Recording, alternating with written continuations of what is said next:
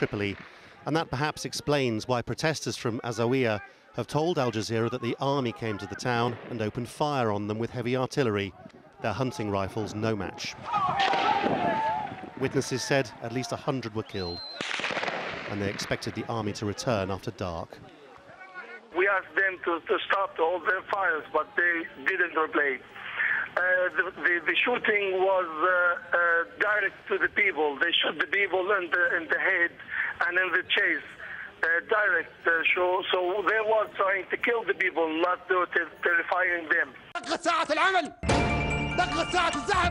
If that's one version of events, the other came from Gaddafi himself. He turned up by telephone on Libyan television with a message to AlJazeera. He said the town had been infiltrated by Al-Qaeda, Bin Laden, drugs and madness.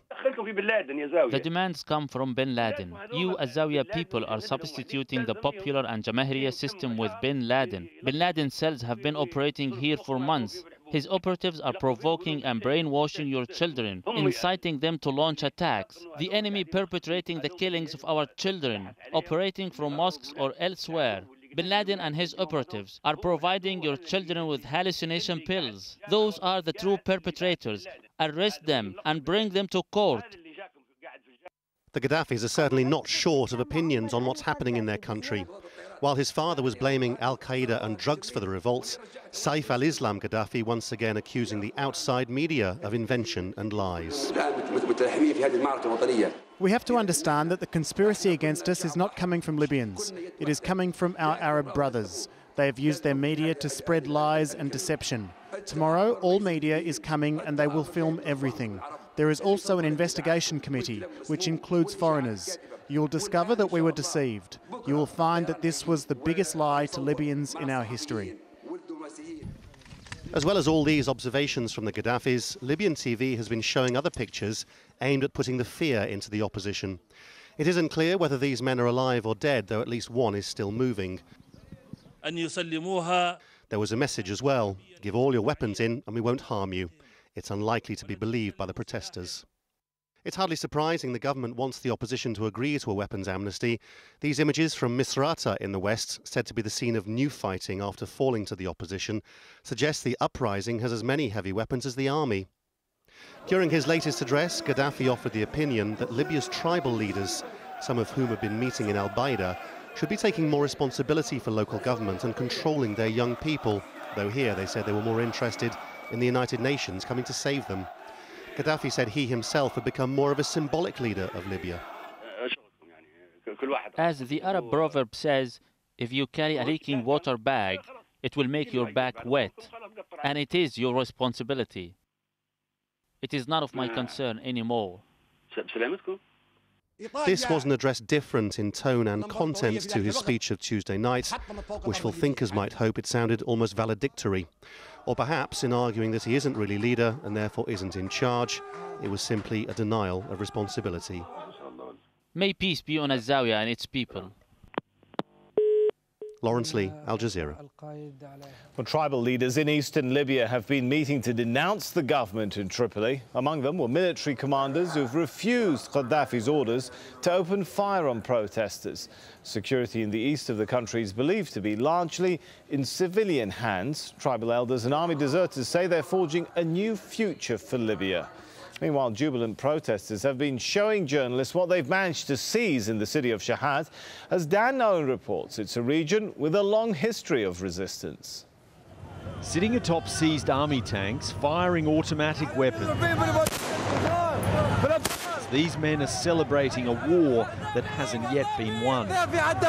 Like most of Libya's eastern cities, Shahat is now controlled by the people. Some are giddy with their newfound freedom, joyriding in tanks that once belonged to Muammar Gaddafi's regime. These are ruins from the previous terrorist regime. This is what Gaddafi used to kill our children.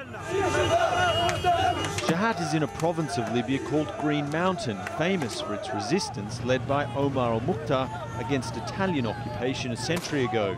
Media reports now emerging from Shahat and nearby Al-Baida say peaceful protests on February 17 were met with live fire from Gaddafi's troops. Sympathetic soldiers are said to have opened up military warehouses to help civilians defend themselves, creating a new chapter in Green Mountain's history of resistance. Further east in Tobruk, video from the local airport shows the intensity of battles that raged here. Hundreds of bullet casings lie on the ground, while inside, blood-stained floors show a passenger terminal that became a war zone. Thank God we won.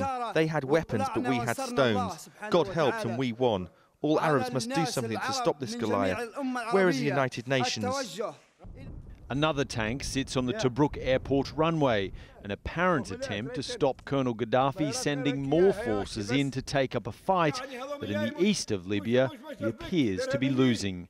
Dan Nolan, Al Jazeera. Well, Yusuf Mwandal is a professor of international affairs at Qatar University. He joins us now in the studio. Thanks so much for coming in. Good morning. If reports are correct that cities all round and Tripoli and to the west of the country, like Zawara, Zawiya, Srat, have now fallen to protesters, how long can the regime last if it's holed up inside Tripoli? Well, last week I said Gaddafi's regime will go into weeks, and I still think that within next week we'll see the end of him. At this point, does his survival depend on mercenaries and the loyalty of the so-called Khamis Brigade? Well, it depends on the brigades of his two sons, Khamis and also Mu'tasam, but also the mercenaries. There are certain people who are still loyal to him inside Tripoli and most importantly in AlJazeera. Well, the Security Council is meeting on Friday. What action do you think the UN is likely to take? Well, I think they will send a very strong signal to Libya that anything is possible. They will impose a non-fly zone, perhaps. But we've seen Libya withstand sanctions. We've seen Iraq before, under the Saddam era, withstand no-fly zones. Will any of that really have any impact on Gaddafi? It will have a huge impact on Gaddafi because he will not be able to use airplanes to bombard his own people. Let's not forget that in the 90s, when there were sanctions against him, his people saw him as the victim, but now he is seen by his own people as the guilty party, and there is war waged against him in order to put an end to his regime. What sort of new era is emerging in the towns which are no longer under his control? People are basically practicing what they perceive as democracy. They're living in peace. They're getting together to form certain committees to make sure that life is going on as smoothly as possible. What about the oil production capabilities in areas which are now in the hands of protesters, apparently? The protesters will obviously want the flow of oil to continue, but with so many foreigners leaving the country, I believe that oil production will decrease. Then Gaddafi has threatened so many times to blow up this oil field. So the protesters will protect the pipelines, the oil pipelines. As you're speaking now, we're looking at pictures of protesters who have apparently taken over some of the army material. Can we expect a sort of final bloody clash in Tripoli?